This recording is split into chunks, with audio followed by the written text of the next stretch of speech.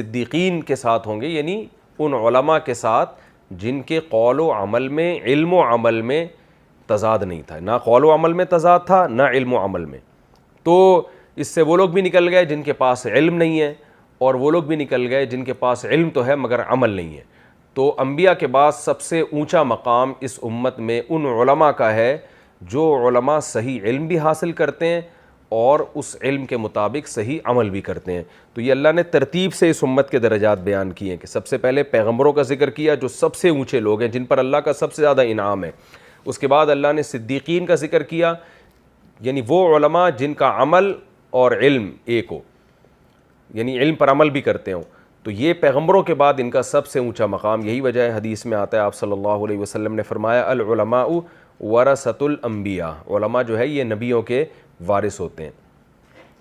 اس کے بعد اللہ نے تذکرہ کیا والشہداء والصالحین، اب عام مسلمانوں کا تذکرہ ہے، تو ان میں تیسرے نمبر پہ اللہ نے شہداء کا تذکرہ کیا۔ ان پر بھی اللہ کا خصوصی انعام ہے، اس لیے کہ یہ وہ لوگ ہیں جو اللہ کے دین کی سربلندی کے لیے، دنیا سے ظلم کو ختم کرنے کے لیے اپنی جان اللہ کی رضا کے لیے قربان کر دیتے ہیں۔ ایک انسان جو صالح ہے، نیک ہے، وہ اتنی بڑی قربانی نہیں دیتا جتنی شہید قربانی دیتا ہے۔ ایک آدمی اپنی خواہشات کی قربانی دیتا ہے، نظر کی حفاظت کرتا ہے اور شراب سے بچتا ہے، نماز کی پابندی کرتا ہے، جو بھی شریعت کے حکام ہیں، لیکن ایک وہ ہے جو اپنی سب سے قیمتی چیز اللہ کے حوالے کر دیتا ہے۔ پوری دنیا کا اس پر اتفاق ہے کہ انسان کو جتنی محبت اپنی زندگی سے ہوتی ہے، بلکہ انسان کیا دنیا کی ہر مخلوق جتنی کوشش زندہ رہنے کی کرتی ہے اتنی کوشش کسی اور چیز کی نہیں کرتی۔ اور شہید کو اللہ نے یہ مقام دیا کہ وہ اسی زندگی جس پہ لوگ مر رہے ہیں وہی زندگی اللہ کے خاطر قربان کر دیتا ہے۔ تو تیسرے نمبر پر جو اللہ کا سب سے زیادہ انعام ہوتا ہے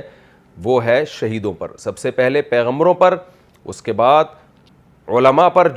جو عمل بھی کرتے ہوں، صحیح علم بھی ان کے پاس صحیح ہو اور اس پر عمل بھی ہو، اور تیسرے نمبر پہ اللہ کا سب سے زیادہ انعام شہیدوں پر ہوتا ہے، والصالحین، اور چوتھے نمبر پر صالحین۔ صالح کا مطلب عام نیک لوگ جو عالم تو نہیں ہیں لیکن علماء کو فالو کرتے ہیں اور شریعت پر عمل کرتے ہیں۔ اچھا، اس سے مراد عام نیک لوگ سے مراد جو ہے صالح سے، یہ عام سے مراد عام نہیں ہے بلکہ اس سے ولی اللہ مراد ہیں، کہ جو مستحبات پر بھی عمل کرتے ہیں اور بہت زیادہ دین میں آگے جانے کی کوشش کرتے ہیں۔ آپ کو عوام میں ایسے لوگ نظر آئیں گے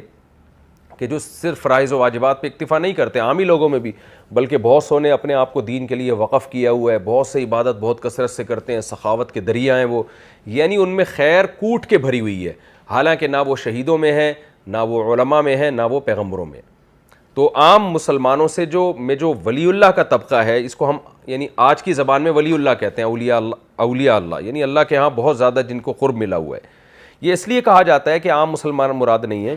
اس لیے کہ قرآن نے جو شروع میں کہا نا کہ جو اللہ رسول کی اطاعت کرے گا تو قیامت کے دن ان 4 انعام یافتہ لوگوں کی فہرست میں اس کو شامل کروں گا،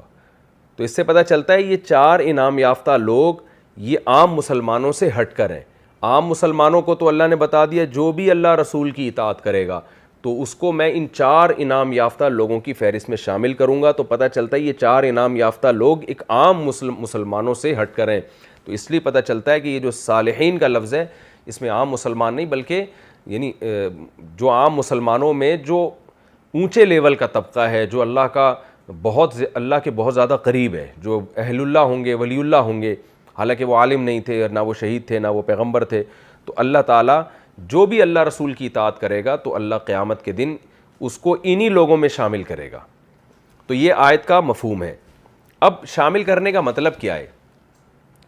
یعنی جو بھی مسلمان اللہ رسول کی واجب درجے کی بھی اطاعت کرے گا، فرائض و واجبات میں، ظاہر ہے اسی میں اطاعت واجب ہے، تو بے شک وہ بہت زیادہ دین میں آگے نہ بھی جائے لیکن اللہ ان کو 4 انعام یافتہ لوگوں کے ساتھ ہی قیامت کے دن رکھے گا۔ تو یہ رکھے گا کا مطلب یہ ہے، یہ مطلب نہیں ہے کہ جو درجات ان کو ملیں گے وہ اس کو بھی مل جائیں گے، یہ مطلب نہیں ہے، کیونکہ قرآن میں دوسری جگہ اللہ کا ارشاد ہے ہم درجات عند اللہ، لوگوں کے قیامت کے دن مختلف درجات ہوں گے، کسی کا ایک درجہ، دوسرے کا دوسرا درجہ، تو ہر ایک کا اپنے عمل کے حساب سے درجہ ہوگا۔ اگر اللہ نے سب کو ایک ہی ساتھ رکھنا تھا تو ظاہر ہے جو زیادہ نیک لوگ ہیں وہ کہیں گے اللہ ہم نے محنت کی تو ہمیں اس کا کیا صلہ ملا، تو نے تو عام لوگوں کو بھی ہمارے ساتھ کر دیا۔ تو اس لیے اللہ یعنی مفسرین نے اس آیت کی تفسیر میں یہ لکھا ہے کہ جو بھی نیک لوگ عام مسلمان ہوں گے جو اللہ رسول کی اطاعت کریں گے، قیامت کے دن اللہ تعالیٰ ان کو ان کے عمل کے حساب سے گاہے بگاہے وقتاً فوقتاً ان 4 انعام یافتہ لوگوں کی صحبت نصیب کریں گے، اور یہ صحبت بہت بڑی نعمت ہوگی۔ یعنی جس نے شریعت پر عمل کیا اس کو پیغمبروں کی بھی زیارت ہوگی قیامت کے دن، ان کی رفاقت ملے گی۔ رفاقت کا مطلب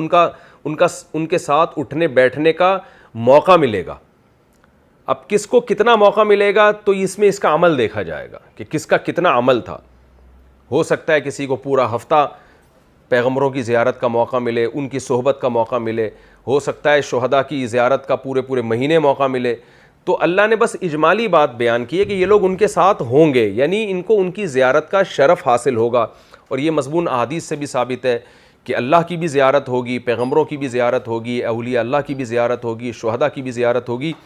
تو اب جس کا جتنا عمل ہوگا، جس کا جیسا مقام ہوگا، تو اللہ تعالیٰ قیامت کے دن ان لوگوں کی 4 قسم کے انعام یافتہ لوگوں کی رفاقت نصیب کریں گے۔ وَحَسُنَ أُولَٰئِكَ رَفِيقًا، اللہ فرماتے ہیں کیا ہی بہترین ہیں یہ لوگ عزوئے رفاقت کے۔